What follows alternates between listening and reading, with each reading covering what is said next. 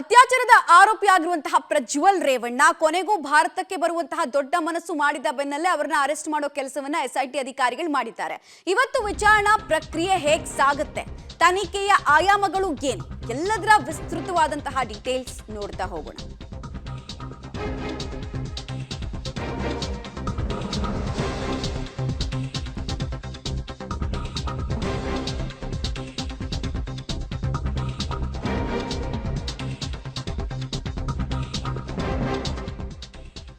Immigration ಪ್ರಕ್ರಿಯೆ ಬಳಿಕ ಎಸ್ಐಟಿಗೆ ಪ್ರಜ್ವಲ್ ಅನ್ನ ಹಸ್ತಾಂತರ ಮಾಡೋ ಪ್ರಕ್ರಿಯೆ ಮಧ್ಯರಾತ್ರಿ ಆಯಿತು.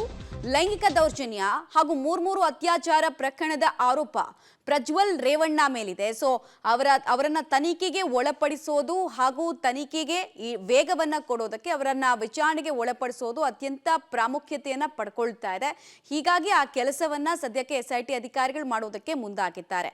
ತಡರಾತ್ರಿ ಎಸ್ಐಟಿ ತನ್ನ ಸುಪರ್ದಿಗೆ ಅತ್ಯಾಚಾರದ ಆರೋಪಿ ಪ್ರಜ್ವಲ್ ರೇವಣ್ಣ ಅವರನ್ನ ತೆಗೆದುಕೊಂಡಿದೆ. ಇನ್ನೇನಿದ್ರೂ ಕೂಡ ಕಾನೂನಾತ್ಮಕ ಪ್ರಕ್ರಿಯೆಗಳನ್ನ ನಾವು ಇವತ್ತು ಇಡೀ ದಿನ ನೋಡಬಹುದು. ಸೊ ಟೈಮ್ ಲೈನ್ ಅನ್ನ ಒಂದ್ಸಲ ಗಮನಿಸ್ಬಿಡೋಣ. ಸೊ ಲುಫ್ತಾನ್ಸಾ ವಿಮಾನ ಲ್ಯಾಂಡಿಂಗ್ ಆಗಿತ್ತು ಮಧ್ಯರಾತ್ರಿ 12:47 ಸುಮಾರಿಗೆ. 12:05 ಲ್ಯಾಂಡ್ ಆಗಬೇಕಾಗಿತ್ತು, ಆದರೆ ಅಲ್ಲಿ ಹೊರಟಿದ್ದೆ ಅರ್ಧ ಗಂಟೆ ತಡ ಆಗಿದ್ರಿಂದ ತಡವಾಗಿ ವಿಮಾನ ಬಂತು. ಮಧ್ಯರಾತ್ರಿ 1:03 ಸುಮಾರಿಗೆ ಏರ್ಪೋರ್ಟ್ಗೆ ಎಸ್ಐಟಿ ಅಧಿಕಾರಿಗಳ ಎಂಟ್ರಿ ಆಗತ್ತೆ. ಅಂದರೆ ಏರ್ಪೋರ್ಟ್ ಒಳಗೆ ಎಂಟ್ರಿ ಆಗತ್ತೆ. ಅವ್ರು ಸಂಜೆಯಿಂದಲೇ ಅಲ್ಲಿ ಮೊಕ್ಕಾಂ ಹೂಡಿದ್ರು, ಬೆಳಗ್ಗೆಯಿಂದ ಇದ್ರು. ಇನ್ಫ್ಯಾಕ್ಟ್ ಸಂಜೆಯಿಂದ ಕಂಟಿನ್ಯೂಸ್ ಆಗಿ ಮಾನಿಟರ್ ಮಾಡ್ತಾ ಇದ್ರು. ಮಧ್ಯರಾತ್ರಿ 1:07 ಪ್ರಜ್ವಲ್ರನ್ನ ಸಿಐಎಸ್ಎಫ್ನ ಸಿಬ್ಬಂದಿ ವಶಕ್ಕೆ ಪಡೆಯೋ ಕೆಲಸವನ್ನು ಮಾಡಿದ್ರು. ಕಾರಣ ಈತನ ಮೇಲೆ ಬ್ಲೂ ಕಾರ್ನರ್ ಹಾಗೂ ಲುಕ್ಔಟ್ ನೋಟಿಸ್ ಜಾರಿಯಾಗಿತ್ತು. ಇನ್ನು ಮಧ್ಯರಾತ್ರಿ 1:15 ಸುಮಾರಿಗೆ ಎಸ್ಐಟಿಗೆ ಪ್ರಜ್ವಲ್ರನ್ನ ಹಸ್ತಾಂತರಿಸುವಂತಹ ಪ್ರಕ್ರಿಯೆಗೆ ಚಾಲನೆಯನ್ನ ಕೊಡಲಾಯಿತು. ಇನ್ಫ್ಯಾಕ್ಟ್ ಮಧ್ಯರಾತ್ರಿ 1:20 ಸುಮಾರಿಗೆ ಎಸ್ಐಟಿ ವಶಕ್ಕೆ ಪ್ರಜ್ವಲ್ ರೇವಣ್ಣ ಅವ್ರನ್ನ ಹಸ್ತಾಂತರ ಮಾಡಲಾಯಿತು. ಈ ಪ್ರಾಸೆಸ್ ಒಂದು ಸ್ವಲ್ಪ ಜಾಸ್ತಿನೇ ಸುದೀರ್ಘವಾದಂತಹ ಸಮಯ ತೆಗೆದುಕೊಳ್ಳುತ್ತೆ ಅಂತ ನಿರೀಕ್ಷೆ ಇತ್ತು. ಬಟ್ ಮೊದಲೇ ಪೇಪರ್ ವರ್ಕನ್ನು ಮಾಡಿದ್ರಿಂದ ಅವ್ರು ಲ್ಯಾಂಡ್ ಆಗ್ತಾ ಇದ್ದ ಹಾಗೆ ಅರ್ಧ ಮುಕ್ಕಾಲು ಗಂಟೆಯಲ್ಲಿ ಎಲ್ಲವೂ ಕೂಡ ಮುಗೀತು. ಮಧ್ಯರಾತ್ರಿ 1:30 ಸುಮಾರಿಗೆ ಎಸ್ಐಟಿ ಕಚೇರಿಯತ್ತ ಪ್ರಜ್ವಲ್ರನ್ನ ಕರ್ಕೊಂಡು ಹೋಗೋ ಕೆಲಸವನ್ನ ಎಸ್ಐಟಿ ಅಧಿಕಾರಿಗಳ ತಂಡ ಮಾಡ್ತು. ಇನ್ಫ್ಯಾಕ್ಟ್ ಮಧ್ಯರಾತ್ರಿ 2 ಗಂಟೆ ಸುಮಾರಿಗೆ ಎಸ್ಐಟಿ ಕಚೇರಿಯನ್ನ ಪ್ರಜ್ವಲ್ ತಲುಪಿದ್ರು. ಇದಕ್ಕೂ ಬೇಕಾದಂತಹ ರೂಟ್ ಮ್ಯಾಪ್ ಅನ್ನ ಎಸ್ಐಟಿ ಅಧಿಕಾರಿಗಳು ಮೊದಲೇ ಮಾಡಿಕೊಂಡಿದ್ರು. ಯಾಕೆ ಇಷ್ಟೊಂದು ಮುಂಜಾಗ್ರತಾ ಕ್ರಮವನ್ನು ವಹಿಸಿದ್ರು ಅಂತ ಹೇಳಿದ್ರೆ, ಇಡೀ ದೇಶದಾದ್ಯಂತ ಹಾಗೂ ಅಂತಾರಾಷ್ಟ್ರೀಯ ಮಟ್ಟದಲ್ಲಿ ಆಕ್ರೋಶ ಸಾರ್ವಜನಿಕ ವಲಯದಲ್ಲಿ ದೊಡ್ಡ ಮಟ್ಟದಲ್ಲಿ ವ್ಯಕ್ತ ಆಗಿತ್ತು. ಮತ್ತೆ ಯಾವುದೇ ಅಹಿತಕರ ಘಟನೆಗೆ ಆಸ್ಪದ ಕೊಡಬಾರದು ಅನ್ನೋ ನಿಟ್ಟಿನಲ್ಲಿ ಸಿಕ್ಕಾಪಟ್ಟೆ ಭದ್ರತೆಯನ್ನು ಕೊಡಲಾಗಿತ್ತು. ರಾತ್ರಿ ಎಸ್ಐಟಿ ಕಚೇರಿಯಲ್ಲೇ ಕಾಲವನ್ನ ಕಳೆಯೋ ಕೆಲಸವನ್ನ ಅತ್ಯಾಚಾರದ ಆರೋಪಿ ಪ್ರಜ್ವಲ್ ರೇವಣ್ಣ ಮಾಡಿದ್ರು.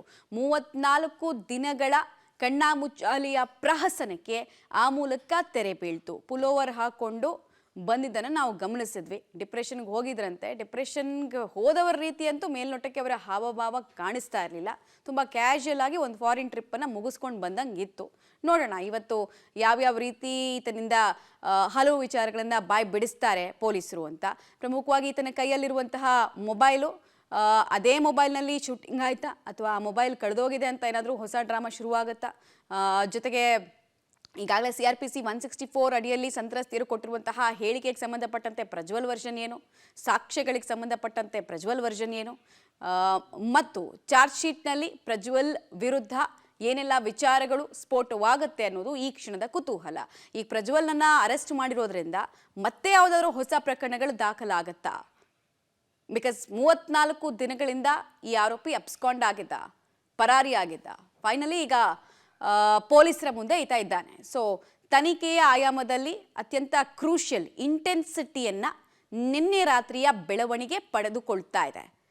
ಮತ್ತು ಇಡೀ ಪೆನ್ ಡ್ರೈವ್ ಸ್ಫೋಟ ಆದ ನಂತರ, ಅಂದರೆ ಪಬ್ಲಿಕಲ್ಲಿ ಅದು ಹರಿದಾಡಿದ ನಂತರ ಆಗಿರೋ ಕಂಪ್ಲೇಂಟು ಕೂಡ ಆಗಿರೋದ್ರಿಂದ ಹೇಗೆ ಇದನ್ನ ತನಿಖೆಯ ಆಯಾಮದಲ್ಲಿ ಎಸ್ಐಟಿ ಅಧಿಕಾರಿಗಳು ನೋಡ್ತಾರೆ ಹಾಗೂ ಸಾಕ್ಷ್ಯಗಳನ್ನು ಸಂಗ್ರಹ ಮಾಡೋದು ತುಂಬ ಚಾಲೆಂಜಿಂಗ್. ಆಬ್ವಿಯಸ್ಲಿ ಅದನ್ನು ಹೇಗೆ ನಿಭಾಯಿಸ್ತಾರೆ ಎಸ್ಐಟಿ ಅಧಿಕಾರಿಗಳು ಅನ್ನೋದು ಕೂಡ ಈ ಕ್ಷಣಕ್ಕೆ ಇರುವಂತಹ ಕುತೂಹಲ ಆಗ್ತಾ ಇದೆ. ಹಾಗೂ ನಿರೀಕ್ಷಣಾ ಜಾಮೀನಿನ ಅಸ್ತಿತ್ವ ಅಂತೂ ಕಳೆದುಕೊಂಡಿದೆ ಆಲ್ರೆಡಿ. ಬಿಕಾಸ್ ಒಂದ್ಸಲಿ ಅಧಿಕಾರಿಗಳು ಅರೆಸ್ಟ್ ಅಂತ ಪ್ರೊಸೀಜರನ್ನು ತೋರಿಸಿದ ಮೇಲೆ SIT ಅಧಿಕಾರಿಗಳು ಇವ್ರನ್ನ ಅರೆಸ್ಟ್ ಮಾಡಿದೀವಿ ಅಂತ ಪ್ರೊಸೀಜರ್ ಅನ್ನು ತೋರಿಸಿದ ಮೇಲೆ ಆ ನಿರೀಕ್ಷಣಾ ಜಾಮೀನಿಗೆ ವ್ಯಾಲ್ಯೂನೇ ಇರಲ್ಲ.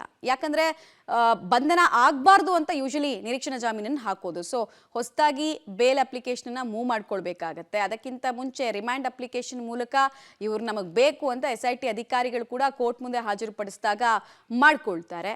ಸೊ ಇವತ್ತು ಬಹಳಷ್ಟು ಪ್ರಜ್ವಲ್ ರೇವಣ್ಣಗೆ ಸಂಬಂಧಪಟ್ಟಂತೆ ಸಾಕಷ್ಟು ಡೆವಲಪ್ಮೆಂಟ್ಗಳನ್ನಂತೂ ನಾವು ಎಕ್ಸ್ಪೆಕ್ಟ್ ಮಾಡ್ಬೋದು. ನೀವು ಇನ್ನೊಂದು ಕಡೆಗೆ ಪ್ರಜ್ವಲ್ ದರ್ಶನ ಕೊಟ್ಟಿದ್ದು ಹೆಂಗೆ ಅಂತ ನೋಡ್ತಾ ಇದ್ದೀರಾ ಫೋಟೋದಲ್ಲಿ ನೋಡಿ. ಪುಲೋವರ್ ಹಾಕೊಂಡು ತುಂಬ ಕ್ಯಾಶುಯಲ್ ಆಗಿ ಬಂದಿದ್ದಾರೆ.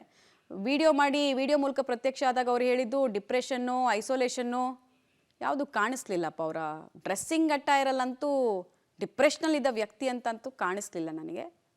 ಬಟ್ ಗೊತ್ತಿಲ್ಲ, ಟ್ರಾವೆಲಿಂಗು ಈಸಿ ಆಗಲಿ, ಜೆಟ್ಲ್ಯಾಗ್ ಅಂತ ಮತ್ತು ಸಮಸ್ಯೆ ಆಗದೆ ಇರಲಿ ಅಂತ ತುಂಬ ಕಂಫರ್ಟಬಲ್ ಕ್ಲೋತ್ಸನ್ನು ಹಾಕಿದ್ರು ಏನೋ ಗೊತ್ತಿಲ್ಲ. ಬಟ್ ಸ್ಟೈಲಿಶ್ ಆಗಂತೂ ಕಾಣಿಸ್ತಾ ಇದ್ರು. ಡೀಟೇಲ್ಸ್ ಕೊಡ್ತಾರೆ ನರಸಿಂಹಮೂರ್ತಿ. ಇವತ್ತಿನ ಬೆಳವಣಿಗೆ ಏನೇನೆಲ್ಲ ಎಕ್ಸ್ಪೆಕ್ಟ್ ಮಾಡಬಹುದು, ಯಾವ ವಿಚಾರಗಳನ್ನ ಹೆಚ್ಚು ಇವತ್ತು SIT ಅಧಿಕಾರಿಗಳು ಫೋಕಸ್ ಮಾಡ್ತಾರೆ ಅಂತ, ಜಡ್ಜ್ ಮುಂದೆ ಎಷ್ಟೊತ್ತಿಗೆ ಹಾಜರುಪಡಿಸೋ ಸಾಧ್ಯತೆ ಕೂಡ ಇದೆ. ಮಮತಾ, ನಿನ್ನೆ ಅಂದರೆ ಇವತ್ತು ಬೆಳಗಿನ ಜಾವ 1:30-35 ಆಸುಪಾಸಿಗೆ ಪ್ರಜ್ವಲ್ ರೇವಣ್ಣ ಅವ್ರನ್ನ ಇಂಟರ್ನ್ಯಾಷನಲ್ ಏರ್ಪೋರ್ಟ್ನಿಂದ CID ಕಚೇರಿಗೆ ಕರೆತರಲಾಗಿದೆ. ರಾತ್ರಿ ಇಡೀ ನಿದ್ದೆಗೆ ಅವಕಾಶವನ್ನು ಮಾಡಿಕೊಡಲಾಗಿದೆ. ಅವರ ತಂದೆಗೆ ಪೊಲೀಸ್ ಕಸ್ಟಡಿಯಲ್ಲಿ ಇದ್ದಂತಹ ಸಂದರ್ಭದಲ್ಲಿ ಹಾಸಿಗೆ ದಿಂಬನ್ನು ತರಿಸಲಾಗಿತ್ತು. ಅದೇ ಹಾಸಿಗೆ ಮತ್ತು ದಿಂಬನ್ನು SIT ಅಧಿಕಾರಿಗಳು ನೀಡಿದ್ದಾರೆ ಅನ್ನೋ ಮಾಹಿತಿಗಳು ಲಭ್ಯವಾಗ್ತಿದೆ. ಇವತ್ತು ಇವರ ನಿತ್ಯ ಕರ್ಮಗಳನ್ನು ಮುಗಿಸಿ ಅದಾದ ಬಳಿಕ ತಿಂಡಿಯನ್ನು ಸೇವನೆ ಆದಂತಹ ಬಳಿಕ ಅಧಿಕಾರಿಗಳು ಸುಮಾರು 9 ಗಂಟೆ ವೇಳೆಗೆ ಆಗಮಿಸ್ತಾರೆ. ಇವತ್ತು 9 ಗಂಟೆಯಿಂದ ಪ್ರಜ್ವಲ್ ರೇವಣ್ಣ ಅವರ ಪ್ರಾಥಮಿಕ ಹಂತದ ವಿಚಾರಣೆಯನ್ನು ನಡೆಸೋದಕ್ಕೆ SIT ಪೊಲೀಸರು ಸಿದ್ಧತೆಯನ್ನು ಮಾಡಿಕೊಂಡಿದ್ದಾರೆ. ಅಂದರೆ ಪ್ರಕರಣದ ಮೂಲ ತಮ್ಮ ಮೇಲೆ ಈಗಾಗಲೇ 3 ಅತ್ಯಾಚಾರ ಪ್ರಕರಣಗಳು ದಾಖಲಾಗಿದ್ದಾವೆ. ಅದರ ಬಗ್ಗೆ ತಮಗೆ ಅರಿವಿದೆಯಾ? ಮತ್ತು ಸಂತ್ರಸ್ತೆಯರು ಈ ರೀತಿಯಾಗಿ ತಾವು ಲೈಂಗಿಕ ದೌರ್ಜನ್ಯವನ್ನು ಎಸಗಿದಿರಿ, ಅತ್ಯಾಚಾರವನ್ನು ಎಸಗಿದಿರಿ ಅಂತೇಳಿ ಹೇಳಿಕೆಯನ್ನು ಕೊಟ್ಟಿದ್ದಾರೆ. ಇದರ ಬಗ್ಗೆ ಏನು ಹೇಳಿಕೆಯನ್ನು ಕೊಡ್ತೀರಾ ಅನ್ನೋ ನಿಟ್ಟಿನಲ್ಲಿ ಪ್ರಾಥಮಿಕ ಹಂತದಲ್ಲಿ ಒಂದಷ್ಟು ಹೇಳಿಕೆಗಳನ್ನು ಪಡೆದು ಇವರ ಹೇಳಿಕೆಯನ್ನು ವಿಡಿಯೋ ದಾಖಲು ಮಾಡ್ಕೊಳ್ಳೋ ಕೆಲಸವನ್ನು ಕೂಡ ಮಾಡ್ತಾರೆ. ಮತ್ತು ಆ ಒಂದು ವಿಡಿಯೋದಲ್ಲಿ ಇರ್ತಕ್ಕಂಥ ವ್ಯಕ್ತಿ ತಾವೇನೋ ಅದರ ಜೊತೆಗೆ ತಾವು ತಮ್ಮ ಮೊಬೈಲ್ನಲ್ಲಿ ಈ ರೀತಿಯಾದಂಥ ಚಿತ್ರೀಕರಣವನ್ನು ಮಾಡಿದ್ರು, ಆ ಮೊಬೈಲ್ ಎಲ್ಲಿದೆ, ಹೀಗೆ ಮತ್ತು ಆ ಅಶ್ಲೀಲ ದೃಶ್ಯಗಳನ್ನು ಹಂತಂಥವ್ರು ಯಾರು, ವಿಡಿಯೋ ದೃಶ್ಯವನ್ನು ಸೆರೆ ಹಿಡಿದಂಥವ್ರು ಯಾರು, ಹೀಗೆ ಒಂದಷ್ಟು ಪ್ರಶ್ನೆಗಳನ್ನು ಸಿದ್ಧ ಮಾಡಿಟ್ಕೊಂಡು SIT ಅಧಿಕಾರಿಗಳು ಪ್ರಜ್ವಲ್ ರೇವಣ್ಣ ಅವ್ರನ್ನ ವಿಚಾರಣೆಗೆ ಒಳಪಡಿಸುವ ಕೆಲಸವನ್ನು ಮಾಡಲಿದ್ದಾರೆ. ಮಧ್ಯಾಹ್ನದ ಬಳಿಕ ಮಮತಾ ಪ್ರಜ್ವಲ್ ರೇವಣ್ಣ ಅವ್ರನ್ನ ಮೆಡಿಕಲ್ ಟೆಸ್ಟ್ಗೆ ಕರೆದೊಯ್ಯಲಾಗುತ್ತೆ. ಅದಾದ ಬಳಿಕ ಸಂಜೆಯ ವೇಳೆಗೆ ಮಾನ್ಯ ನ್ಯಾಯಾಧೀಶರ ಮುಂದೆ ಹಾಜರುಪಡಿಸ್ತಾರೆ. ACMM ಕೋರ್ಟ್ 42ರ ನ್ಯಾಯಾಧೀಶರ ಮುಂದೆ ಹಾಜರುಪಡಿಸಿ ಪ್ರಜ್ವಲ್ ರೇವಣ್ಣ ಅವ್ರನ್ನ ಕಸ್ಟಡಿಗೆ ಕೇಳೋದಕ್ಕೆ ಸಿದ್ಧತೆಗಳನ್ನು ಮಾಡಿಕೊಂಡಿದ್ದಾರೆ. ಮ್ಯಾಕ್ಸಿಮಮ್ 14 ದಿನದವರೆಗೆ ಪೊಲೀಸ್ ಕಸ್ಟಡಿಗೆ ಕೇಳಬಹುದು. ಹೀಗಾಗಿ 10ರಿಂದ 14 ದಿನಗಳ ಕಾಲ ಪೊಲೀಸ್ ಕಸ್ಟಡಿಗೆ ನೀಡಬೇಕು ಅನ್ನೋ ನಿಟ್ಟಿನಲ್ಲಿ ರಿಮ್ಯಾಂಡ್ ಅಪ್ಲಿಕೇಶನ್ ಅನ್ನು ಸಹ ಸಿದ್ಧ ಮಾಡಿಟ್ಕೊಳ್ಳುವ ಕೆಲಸವನ್ನು SIT ಅಧಿಕಾರಿಗಳು ಮಾಡ್ತಿದ್ದಾರೆ. ಇವರ ಮೇಲೆ 3 ಅತ್ಯಾಚಾರ ಪ್ರಕರಣಗಳು ದಾಖಲಾಗಿದೆ. ತನಿಖೆಗೆ ಸಹಕಾರವನ್ನು ಕೊಟ್ಟಿಲ್ಲ, ವಿದೇಶದಲ್ಲಿ ಹೋಗಿ ತಲೆಯನ್ನು ಮರೆಸ್ಕೊಂಡಿದ್ರು. ಅದರ ಜೊತೆಗೆ ಸಾಕಷ್ಟು ಸಂತ್ರಸ್ತೆಯರು ಹೇಳಿಕೆಯನ್ನು ದಾಖಲು ಮಾಡಿದ್ದಾರೆ. ಹೀಗಾಗಿ ಸ್ಪಾಟ್ ಮಾಜರ್ ಪ್ರಕ್ರಿಯೆ ಇದೆ, ಒಂದಷ್ಟು ಎವಿಡೆನ್ಸ್ಗಳನ್ನು ಕಲೆಕ್ಟ್ ಮಾಡಬೇಕು. ಹೀಗಾಗಿ ಇವ್ರನ್ನ ಪೊಲೀಸ್ ಕಸ್ಟಡಿಗೆ ನೀಡಬೇಕು ಅನ್ನೋ ನಿಟ್ಟಿನಲ್ಲಿ SIT ಅಧಿಕಾರಿಗಳು ಮಾನ್ಯ ನ್ಯಾಯಾಧೀಶರ ಬಳಿ ಮನವಿಯನ್ನು ಮಾಡಿಕೊಳ್ಳಿದ್ದಾರೆ. 3 ಪ್ರಕರಣಗಳಿಗೂ ಸೇರಿ 10ರಿಂದ 14 ದಿನಗಳ ಒಳಗಾಗಿ ಒಂದು ಪೊಲೀಸ್ ಕಸ್ಟಡಿಗೆ ಕೇಳ್ತಕ್ಕಂಥ ಸಾಧ್ಯತೆ ಇದೆ. ಅದಾದ ಬಳಿಕ ಪೊಲೀಸ್ ಕಸ್ಟಡಿಗೆ ಪಡೆದುಕೊಂಡು ಮತ್ತೆ SIT ಕಚೇರಿಯಲ್ಲಿಟ್ಟು ಇವ್ರನ್ನ ವಿಚಾರಣೆಯನ್ನು ನಡೆಸ್ತಾರೆ. ವಿಚಾರಣೆಯನ್ನು ನಡೆಸಿ ಸ್ಪಾಟ್ ಮಾಜರ್ ಪ್ರಕ್ರಿಯೆ ಇರ್ಬೋದು, ಹಾಸನದ ಸಂಸದರ ಕಚೇರಿ, ಇವರ ನಿವಾಸ ಸೇರಿದಂತೆ ಎಲ್ಲೆಲ್ಲಿ ಸಂತ್ರಸ್ತ ಮಹಿಳೆಯರು ತಮ್ಮ ಮೇಲೆ ಲೈಂಗಿಕ ದೌರ್ಜನ್ಯವಾಯಿತು, ಅತ್ಯಾಚಾರವಾಯಿತು ಅಂತೇಳಿ ಹೇಳಿಕೆಯನ್ನು ಕೊಟ್ಟಿದ್ದಾರೋ ಅಲ್ಲೆಲ್ಲ ಕರೆದುಕೊಂಡು ಹೋಗಿ ಇವ್ರನ್ನ ವಿಚಾರಣೆಗೆ ಒಳಪಡಿಸಿ ಅಲ್ಲಿ ಸ್ಪಾಟ್ ಮಾಜರ್ ಪ್ರಕ್ರಿಯೆಯನ್ನು ನಡೆಸುವ ಕೆಲಸವನ್ನು ಅಧಿಕಾರಿಗಳು ಮಾಡಲಿದ್ದಾರೆ. ಮಮತಾ.